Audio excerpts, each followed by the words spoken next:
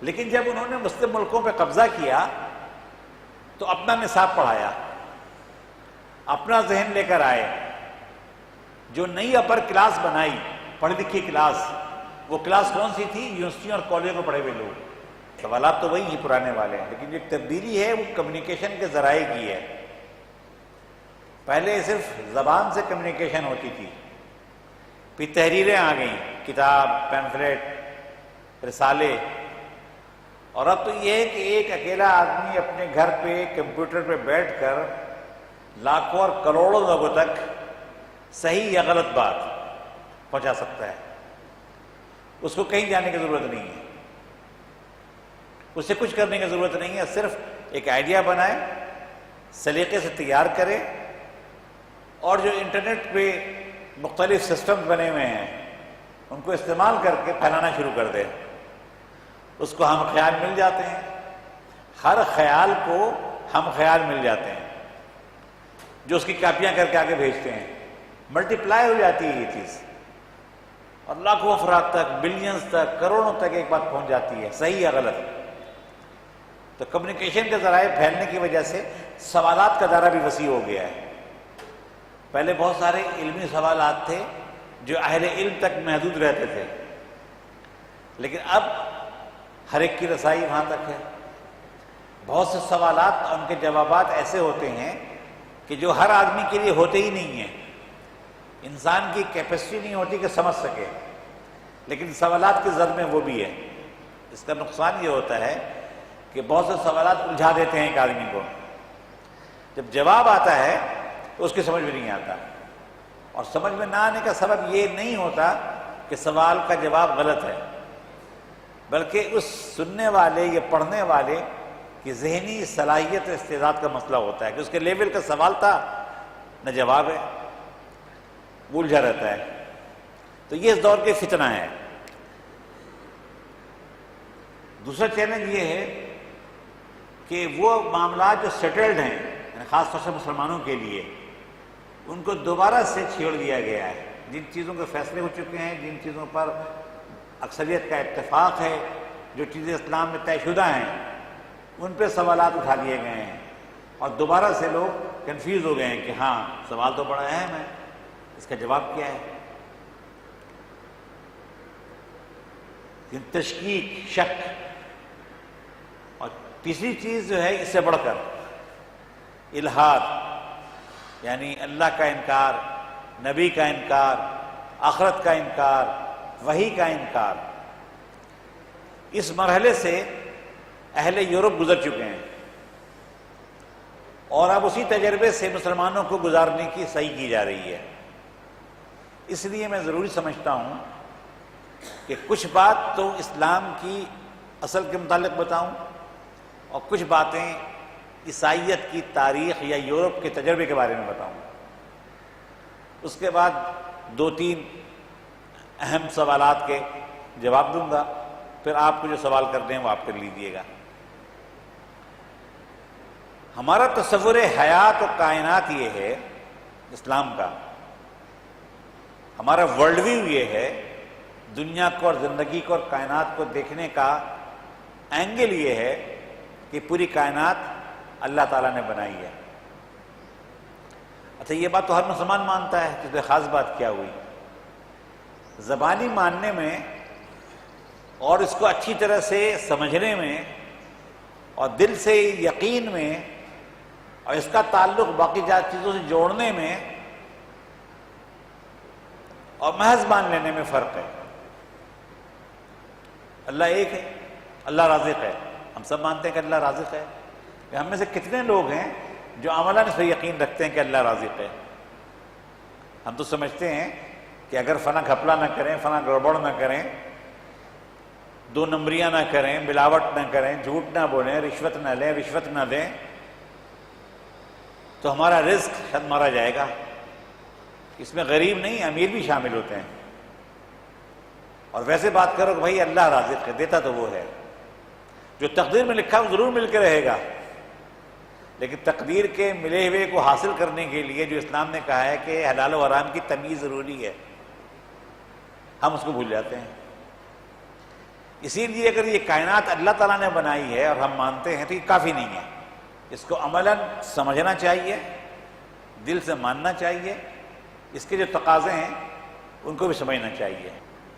ابدیت میں انسانوں کے ساتھ جنوں کو شامل کیا گیا ہے، وما خلقت الجن والانس الا لیعبدون، کہ ہم نے انسانوں کو اور جنوں کو بندگی کے لیے پیدا کیا ہے، لیکن خلافت میں دونوں کا ذکر نہیں ہے۔ اس کا مطلب یہ ہے کہ بندگی سے بڑی شے خلافت ہے، جس میں انسان تنہا ہے۔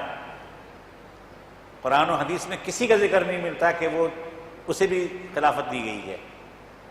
تو زمین پہ انسان کی حیثیت خلیفہ کی ہے۔ خلیفہ کا مطلب ہوتا ہے کسی بہت بڑی اتھارٹی کی طرف سے مقرر کردہ، اپوائنٹڈ کوئی ایسا اعلیٰ افسر کہ جس کے ماتحتی میں بہت کچھ ہو، جاگیریں ہوں، ملازمین ہوں، اشیاء ہوں، اور وہ اس کی ہدایت کے مطابق اس کی نمائندگی کرتے ہوئے ان کو ہینڈل کرتا ہو، ان کو مینیج کرتا ہو، ان کو ایڈمنسٹر کرتا ہو۔ تو خلیفہ دراصل ایڈمنسٹریٹر ہے، مینیجر ہے۔ زمین پر خلیفہ تو زمین کا مینیجر، زمین کا ایڈمنسٹریٹر، اور زمین کے آس پاس اس کی رسائی میں جو کچھ آ جائے، اس کی رسائی میں جو چیزیں آتی جائیں ان سب کا خلیفہ ہے وہ، اور اس کے لیے جواب دہ وہ اپنے اپوائنٹی کے سامنے جس نے مقرر کیا ہے، حاکم اعلیٰ، کائنات کا حاکم اعلیٰ، اس کے سامنے جواب دہ۔ یہ انسان کی حقیقت۔ اللہ تعالیٰ آخری انسان تک، قیامت تک انسانوں کی رہنمائی کے لیے انتظام کرنے کا ذمہ لے رہا ہے، وعدہ کر رہا ہے آدم سے، حوا سے، کہ جب تک تیری نسل زمین پر موجود ہے ان کو میں ہدایت کے راستے سے محروم نہیں کروں گا، روشنی سے محروم نہیں کروں گا۔ انبیاء آتے رہے، کتابیں آتی رہیں، جبریل اترتے رہے، یہاں تک کہ قرآن پہ دین مکمل ہو گیا، نبی صلی اللہ علیہ وسلم پہ نبوت مکمل ہو گئی، جبریل کا نبوت کے لیے زمین پہ آنا بند ہو گیا۔ اب ایک سوال پیدا ہوتا ہے کہ اگر قرآن اپنے دور کے لیے ہدایت تھا یا بعد کی کچھ صدیوں کے لیے، اب حالات بدل گئے ہیں، نیا زمانہ ہے اور مستقبل میں مزید نیا ہو جائے گا، قرآن اور نبی صلی اللہ علیہ وسلم کافی نہیں ہدایت کے لیے، اگر خدا نہ خواستہ کوئی سمجھتا ہے تو گویا وہ یہ کہتا ہے کہ اب کے انسان کے لیے یا آگے والے انسان کے لیے ہدایت نامہ کوئی نہیں ہے، یا پھر وہ یہ کہتا ہے کہ نئے نئے انبیاء آتے رہیں گے، نبوت ختم نہیں ہوئی ہے۔ دونوں میں سے ایک چیز ہے، اگر قرآن انویلڈ ہو گیا ہے آج کے دور میں، جدید دور میں، یا آئندہ خدا نہ خواستہ ہو جائے گا، تو اس کا مطلب یہ ہے کہ نئے نبی آنے چاہیے، نئی کتاب آنی چاہیے، کیونکہ اللہ کا وعدہ ہے آدم اور اولاد آدم سے ہدایت نامہ دینے کا۔ ہم تو یہ نہیں مانتے کہ اب کوئی نیا نبی آئے گا، نئی کتاب آئے گی، تو کیا اس کا مطلب یہ ہے کہ اللہ تعالیٰ اپنے وعدے کو بھول گیا ہے؟ ہم اس کو بھی نہیں مانتے۔ تو لازماً پھر تیسری بات ہے کہ اس قرآن میں وہ پوٹینشل موجود ہے جو قیامت تک بدلتے ہوئے حالات میں بھی انسانوں کی رہنمائی اور نجات کا راستہ دکھانے کے لیے کافی ہے۔ اور نبی کریم صلی اللہ علیہ وسلم کی سیرت، سنت اور اسوے میں وہ رہنمائی موجود ہے جو قیامت تک انسان کے کام آئے گی۔ اس پہ ہمارا یقین ہے، یہ ہمارا ورلڈ ویو ہے۔ ایک اور بات، یہ جو خلافت کی بات میں نے آپ کے سامنے کی، یہ خلافت اہل ایمان کو نہیں ملی ہے، یہ سارے انسانوں کو ملی ہے۔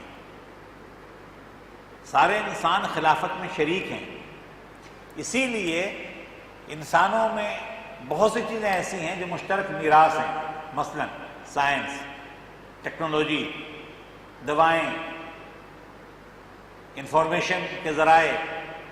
آپ جدید موبائل فون استعمال کرتے ہیں نا، کتنی لمبی داڑھی ہو، پکے سلفی ہوں، پکے بریلوی ہوں، پکے دیوبندی ہوں، کبھی کسی کو سنا ہے کہ موبائل فون اس لیے استعمال نہیں کرتا کہ یہ کافروں کی بنائی ہوئی چیز ہے؟ سب استعمال کرتے ہیں۔ گاڑیوں میں بیٹھتے ہیں نا سب لوگ، حج پہ جاتے ہیں تو جمبو جیٹ پہ بیٹھ کے جاتے ہیں، وہاں سے اپنے بچوں سے بات کرتے ہیں، فون پہ کرتے ہیں۔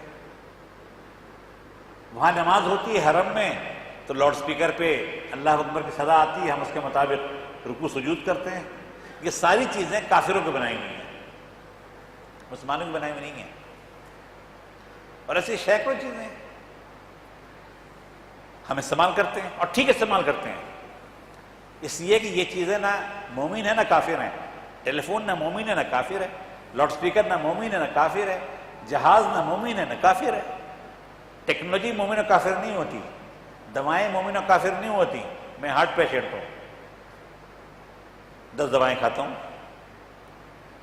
ان میں سے کون سی دوا مسلمانوں نے ایجاد کی ہے؟ سب یورپینز نے، امریکنز نے ایجاد کی، ہم کھاتے ہیں۔ اس لیے کہ انسانوں کی مشترکہ میراث ہے۔ مشترکہ میراث کیوں ہے؟ کہ خلافت مشترکہ ہے، اور کار خلافت میں یہ شامل ہے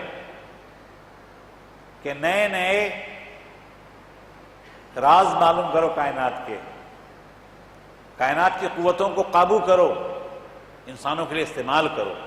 یہ کام مسلمان کریں فبہا، بہت اچھی بات ہے، کافر کریں تو بھی ٹھیک ہے، سب کے انسانوں کی ملکیت ہے، اس میں کوئی لائن نہیں ہے کہ کفر ادھر ہے اسلام ادھر ہے۔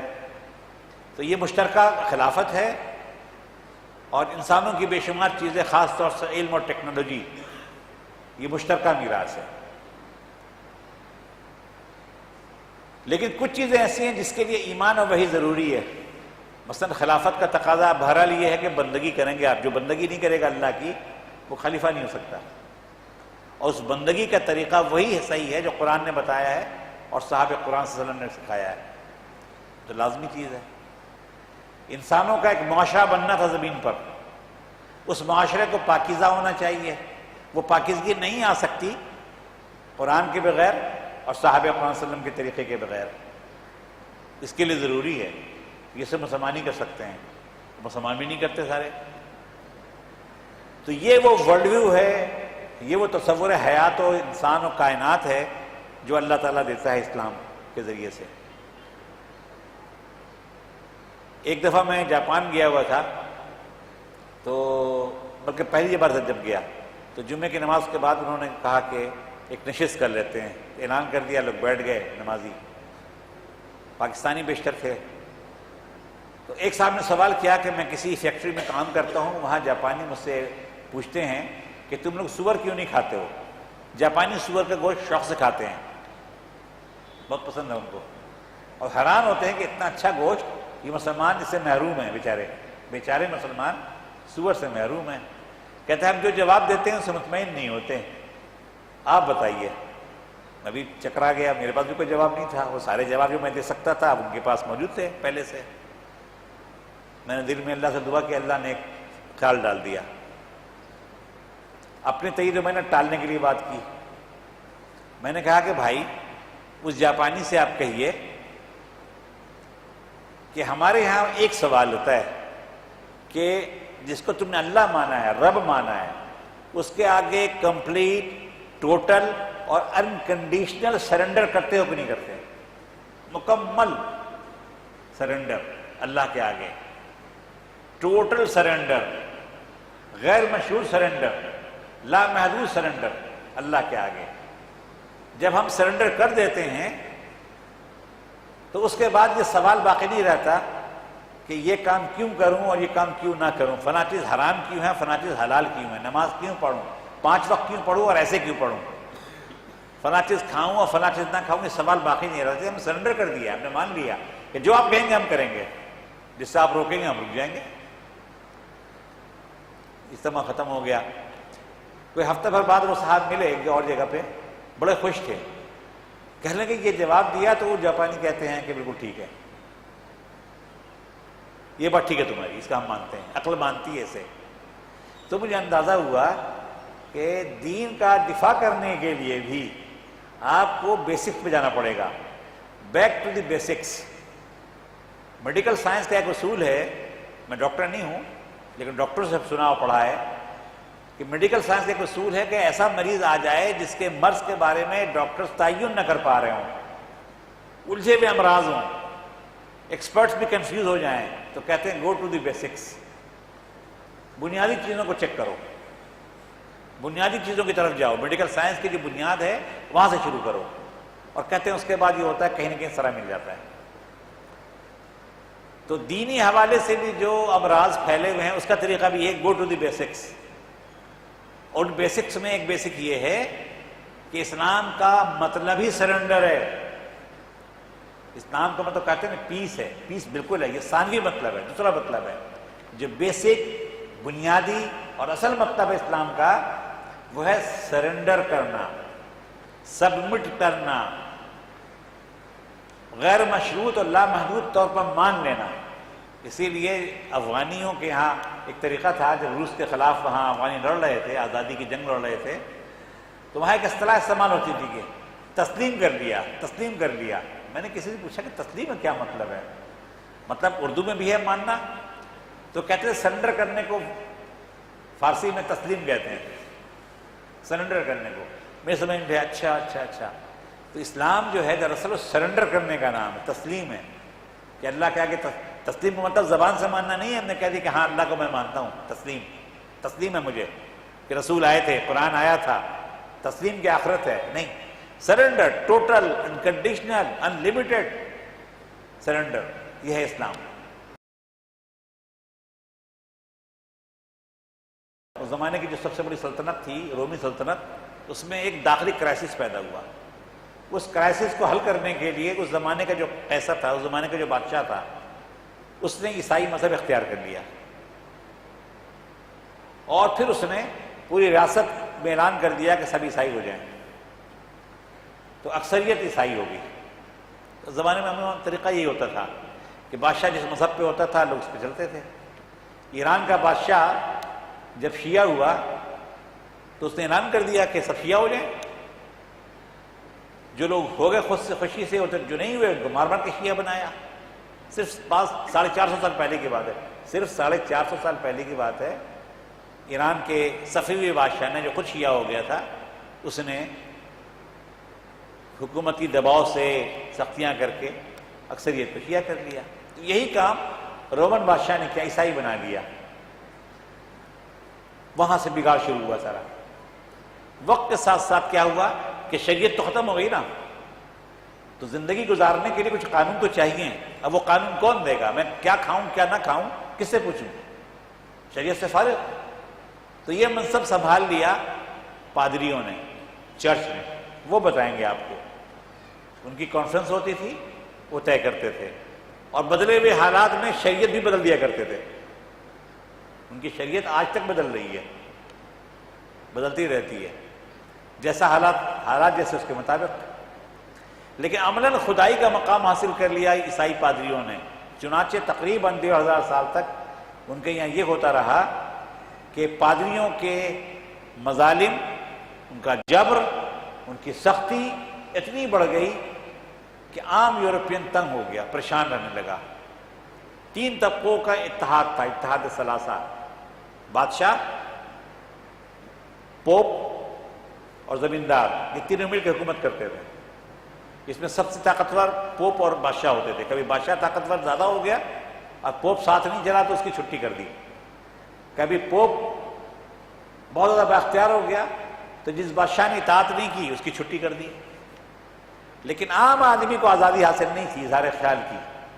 اگر کوئی شخص ذرا ہٹ کر کوئی رائے رکھتا تھا، کوئی سوال اٹھاتا تھا، تو اسے بے دین اور کافر قرار دے کر سزا موت لکھ دی جاتی تھی.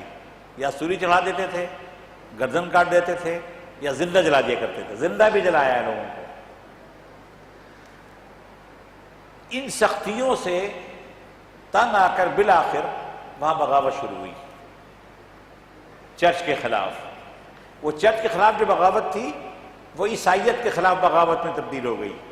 عیسائیت کے خلاف جو بغاوت تھی وہ مذہب کے خلاف بن گئی، وہ مذہب کے خلاف ہو گئی.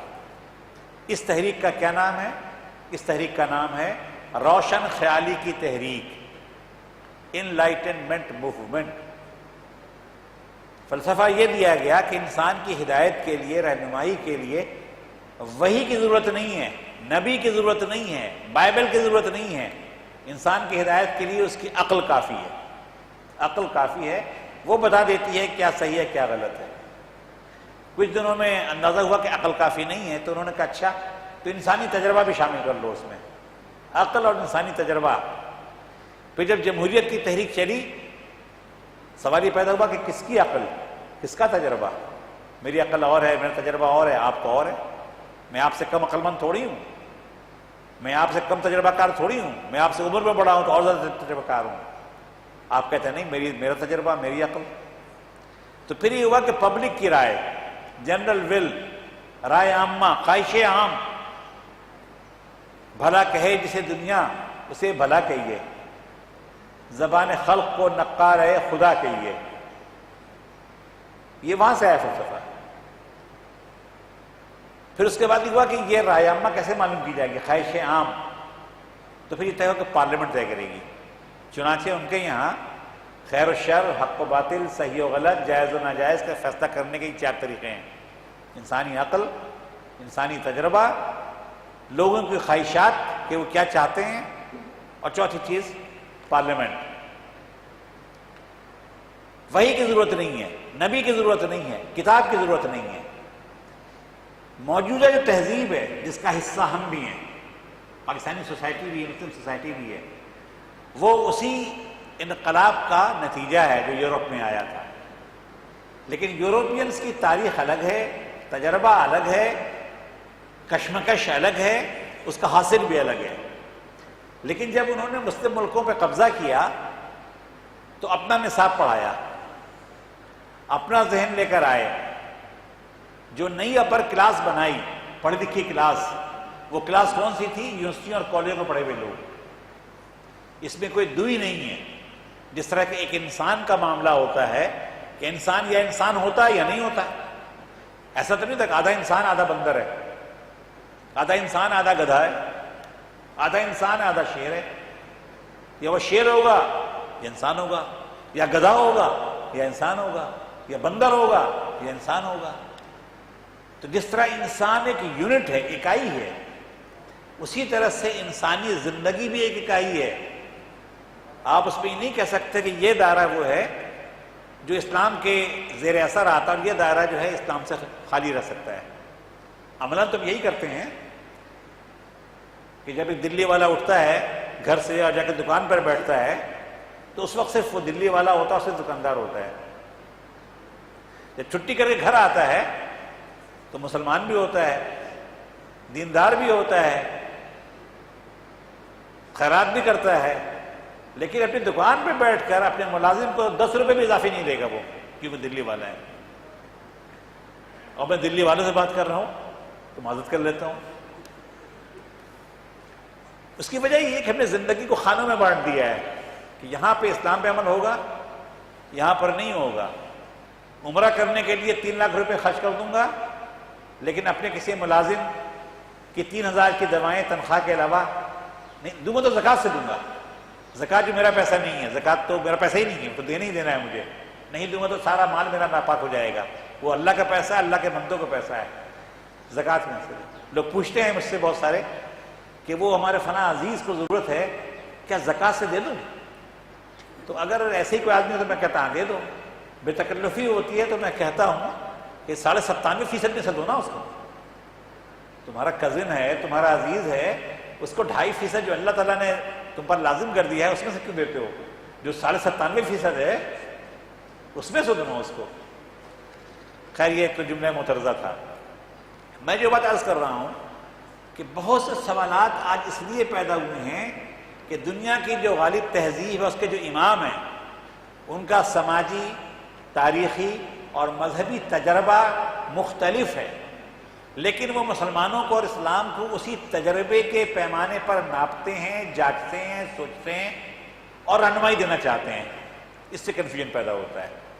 اسی لیے سوال پیدا ہوتا ہے ہمارے ہاں کہ اسلام میں سیاست ہے کہ نہیں ہے، اور جو بڑے دیندار لوگ ہوتے ہیں وہ بھی مان لیتے ہیں کہ اسلام کا سیاست سے کیا تعلق؟ یعنی دنیا میں آپ خلیفہ ہیں، دنیا کا نظام چلانے کے آپ ذمہ دار ہیں۔ اللہ نے کہا ہے کہ میری وحی کے مطابق چلانا ہے دنیا کا نظام، اور میں بڑا متقی آدمی کہتا ہوں کہ دنیا سے مجھے لینا دینا نہیں ہے۔ ہمارے معاشرے میں سب سے نیک آدمی جس کو کہتے ہیں اس کے لیے کہتے ہیں کہ فرشتہ ہے، فرشتہ فرشتہ ہے۔ پوچھیں کیا مطلب؟ انہیں دنیا سے کچھ لینا دینا نہیں ہے، نہ آتے ہیں نہ جاتے ہیں، نہ کچھ ٹھیک سے کھاتے ہیں انہیں کوئی پرواہ نہیں ہے، بس جی مسجد میں لگے رہتے ہیں، اللہ اللہ کرتے ہیں، باقاعدگی سے ہر مہینے عمرہ کرتے ہیں، اتنے روزے رکھتے ہیں، فلاں کرتے ہیں۔ پوچھو کہ اچھا تو دنیا میں شیطان کا راج ہے، اس پہ پریشان نہیں ہوتے وہ؟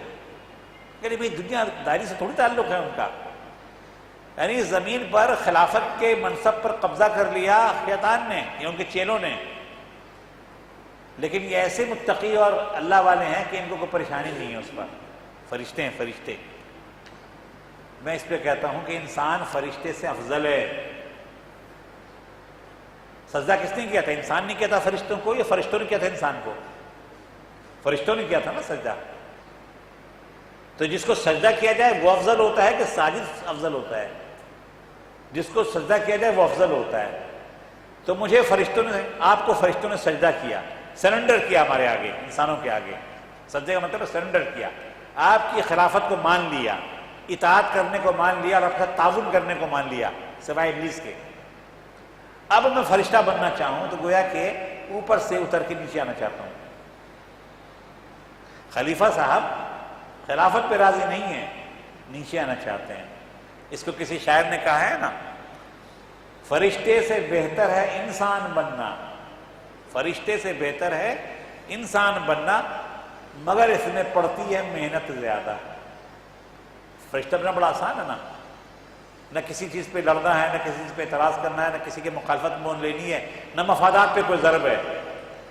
سکون سے جناب اتنے بجے اٹھتے ہیں، تہجد پڑھتے ہیں، فجر پڑھتے ہیں، فلاں اتنے بجے سو جاتے ہیں، دنیا میں کچھ بھی ہوتا رہے، ابلیس ننگا ناچتا رہے، مجھے کوئی پریشانی نہیں ہوتی، میں بس اپنے ایک معمول میں بندھا ہوا ہوں، فرشتہ ہو گیا ہوں۔ بھائی انسان ہیں آپ، خلیفہ ہیں آپ، کار جہاں چلانا آپ کی ذمہ داری ہے، کار جہاں بانی آپ کی ذمہ داری ہے، یہ سیاست نہیں ہے۔ اب آپ دیکھیے کہ یورپ کا مائنڈ سیٹ اور ورلڈ ویو، تصور حیات و کائنات کیا ہے اور اسلام کا کیا ہے، بالکل مختلف ہے۔ لہذا اگر یورپین پیمانے پر اسلام کو درست ثابت کرنے کی کوشش کی جائے گی تو یہ ایسا ہی ہوگا جیسے کہ آپ سیب کو پیاز کے پیمانے پر لے لیں، تو سیب سیب ہے، پیاز پیاز ہے، دونوں الگ چیزیں۔ سیب کا مقابلہ کرنا تو سیب سے کریں، پیاز کا مقابلہ کرنا تو پیاز سے کریں، سیب اور پیاز کا مقابلہ نہیں ہو سکتا۔ تو اسی طرح سے یورپین مائنڈ سیٹ الگ ہے اور مسلم تاریخ مائنڈ سیٹ بالکل الگ ہے۔ مسئلہ صرف یہ ہو گیا ہے کہ جو ہمارا حاکم طبقہ ہے، جو اقلیت میں ہے، جو اگر اپنے اصل عقائد کے مطابق اور خیالات کے مطابق الیکشن لڑے تو یوسی بھی نہیں جیت سکتے۔ ٹی وی پہ بیٹھ کے کہتے ہیں کہ مذہبی لوگوں کو ووٹ کتنے پڑتے ہیں، سیٹیں کتنی ملتی ہیں، جیسے کہ جو مذہبی ووٹ نہیں پڑتے سارے ان کو پڑ جاتے ہیں، 10% کم ووٹ پڑتے ہیں ان کو۔ تو کیا 90% آپ کو پڑتے ہیں؟ دہریت کو پڑھتے ہیں، جدیدیت کو پڑھتے ہیں، پرویزیت کو پڑھتے ہیں، عیسائیت کو پڑھتے ہیں، لبرلزم اور سیکولرزم کو پڑھتے ہیں؟ نہیں۔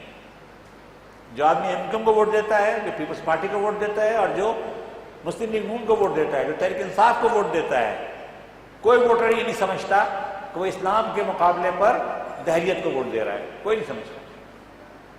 تم آؤ دہریے بن کر کے، لبرل اور سیکولر بن کر کے ووٹ مانگو اس کو بنیاد پر، تو پتہ چل جائے گا تمہیں کتنے ووٹ پڑتے ہیں اس معاشرے میں۔ لیکن چونکہ ٹی وی پر، ریڈیو پر، اخبارات میں، فیصلہ سازی کے اداروں میں، اسمبلیوں میں ان کا قبضہ ہے، پالیسیاں یہ بناتے ہیں، وزراء کو پتہ نہیں ہوتا کہ پالیسی کون سی بننے جا رہی ہے، اس کے سائن سے اسمبلی میں بل پیش ہو جاتا ہے کہ نصاب یا قانون میں یہ تبدیلی کی جا رہی ہے۔ اب وہاں لوگ اندھے بہرے ہوتے ہیں، وہ پارٹی نے کہا پاس کر دو، پاس کر دیا۔ ایک ٹی وی نے بھی دکھایا کہ یہ جو قانون پنجاب میں پاس ہوا ہے خواتین کے تحفظ کے نام پر، تو جب اسمبلی کے ارکان نکل رہے ہیں، خاص طور سے خواتین، ان کے انٹرویو لیے کہ ابھی جو قانون آپ لوگوں نے پاس کیا ہے اس کے خاص خاص باتیں کیا ہیں، کسی ایک نے نہیں بتایا، کسی نے کہا بھی میں نے پڑھا نہیں ہے، وہی پہ ووٹ کیسے دے دیا کہ ہمیں نہیں پتا کیا ہے۔ اچھا اس کا پورا نام کیا ہے، اس قانون کا نام تک یاد نہیں تھا، کس ایکٹ کا نام کیا ہے،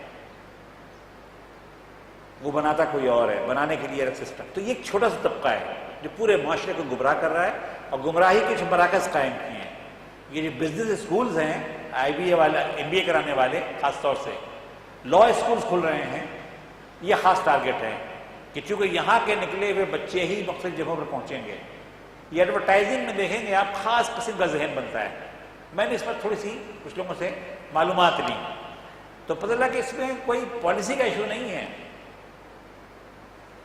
زیبسٹ میں، CBM میں اور اس طرح کے لمس میں جو نسل تیار کی جا رہی ہے اس کو ایک خاص مائنڈ سیٹ کے ساتھ تیار کیا جا رہا ہے.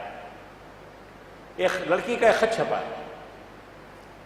کسی رسالے میں کہ میں ایک پرائیویٹ اعلیٰ درجے کا پرائیویٹ تعلیمی ادارے میں پڑھتی ہوں اور میرا کوئی مذہبی بیک گراؤنڈ نہیں ہے، لیکن مارکیٹنگ کے ٹیچر نے ایک دن براہ راست جنسیات پہ بات کی کلاس میں، اور مجھے حیرت ہے کہ مجھ سمیت چند افراد ایسے تھے کہ جو کلاس میں شرمندہ سے محسوس ہو رہے تھے. پوری کلاس ہنسی خوشی ٹیچر کے ساتھ اس موضوع پر تبادلہ خیال میں شریک تھی اور اس کو مارکیٹنگ سے جوڑا جا رہا تھا. تو آپ کو جو زومانے جملے ملتے ہیں وہ یوں ہی نہیں ملتے ہیں. جہاں انسان کا ذہن نہیں جا سکتا یہ وہاں لے جاتے ہیں، اور یہ آہستہ آہستہ ہوتا ہے. اگر مغرب میں عریانیت فحاشی یا بےہودگی آئی ہے تو 2 4 5 10 سال میں نہیں آئی ہے، 100 سال سے زیادہ لگے. ہاں اس 100 سال کو کم کر کے 10 12 15 سال میں کر دینا چاہتے ہیں. اور اس کا طریقہ یہ ہوتا ہے کہ 2 قدم آگے بڑھاؤ، اگر کوئی ریزسٹنس نہ ہو تو 2 اور بڑھا دو آگے، ریزسٹنس ہو تو 1 قدم پیچھے ہو جاؤ.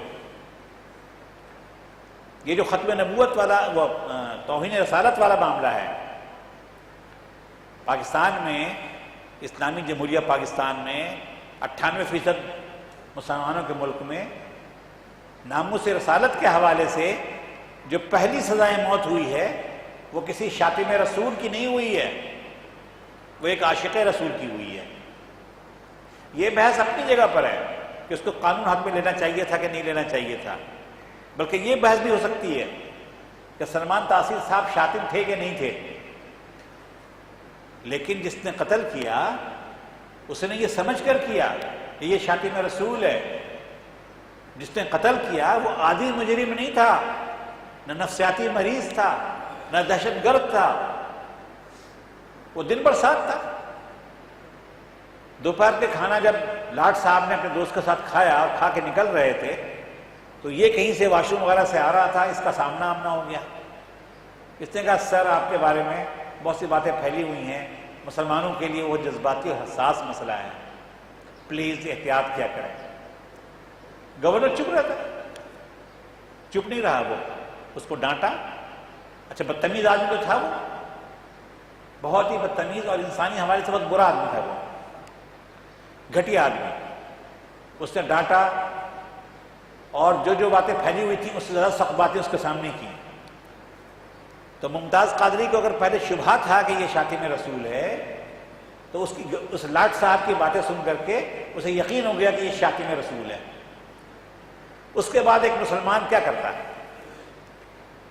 وہ ایک عام سا سپاہی تھا، غریب سپاہی تھا، بندوق تھی اس کے پاس، اس کے ایمان نے جوش مارا، اس نے قتل کر دیا. اب آپ کہتے رہو کہ اس نے قانون میں ہاتھ میں لیا، تو اس ملک میں قانون پہلے ہاتھ میں لیا گیا، واحد کیس ہے، باقی سب لوگ قانون کے پابند ہیں. اور کیا اس کو سزائے موت قانون ہاتھ میں لینے پر دیا گیا ہے یا قتل پہ دیا گیا ہے؟ اس نے قتل کرنے کے بعد اپنی بندوق رکھ دی نیچے، ہاتھ اوپر اٹھا دیا. اس نے یہ نہیں کیا کہ دوسروں کو مارا ہو، اس سے کوئی دہشت گرد نہیں تھا، مجرم ذہنیت نہیں تھی اس کی. اس نے سمجھا کہ یہ شاتم رسول ہے. ایک مسلمان جو نبی صلی اللہ علیہ وسلم پہ ایمان رکھتا ہے اس کے لیے ناقل و برداشت ہے کہ اس کے سامنے کوئی نبی صلی اللہ علیہ وسلم کے لیے نامناسب الفاظ کہے. اس نے مار دیا اس کو اور آپ نے پھانسی چڑھا دی. اور جن پہ جو شاتمین رسول ہیں، جن کو عدالتوں نے سزائے موت دے رکھی ہے، ان میں کسی پہ عمل نہیں ہوا ہے. تو اصل مسئلہ یہ نہیں ہے جو کوئی الجھاتے ہیں بحثوں میں کہ ہاتھ میں قانون لینا چاہیے یا نہیں لینا چاہیے اور کیا ہر آدمی سزا دے گا. میں کہتا ہوں یہ بحث ہی نہیں اصل میں. اور صرف اس کے معاملے میں کیوں تو باقی لوگ یہ مارتے رہتے ہیں قانون ہاتھ میں لے کر، وہاں سوال کیوں نہیں اٹھاتے ہیں یہ سب کچھ؟ بلوچستان میں کچھ سرداروں نے اپنے قبیلے کی کچھ لڑکیوں کو زندہ دفن کر دیا تھا. یہ پیپلز پارٹی کے زمانے کی بات ہے میرا خیال ہے. شور مچا تھوڑا سا. اسمبلی کے ایک ممبر نے پریس میں کہا ہمت ہے کسی میں تو ذرا گرفتار کرے لوگوں. جھاگ بیٹھ گئے سارے این جی اوز خاموش، اس لیے کوئی طاقتور لوگ تھے. یہ غریب سپاہی تھا اور مغرب کو دکھانا بھی تھا کہ ہم بیکورڈ لوگ نہیں ہیں. آپ نے پھانسی چڑھا دی اور ایک بحث چھڑ دی کہ اگر مسلمان معاشرے میں بھی اللہ کے نبی صلی اللہ علیہ وسلم کی عزت محفوظ نہ ہو تو وہ مسلمان معاشرہ کہے جانے کے لائق ہے؟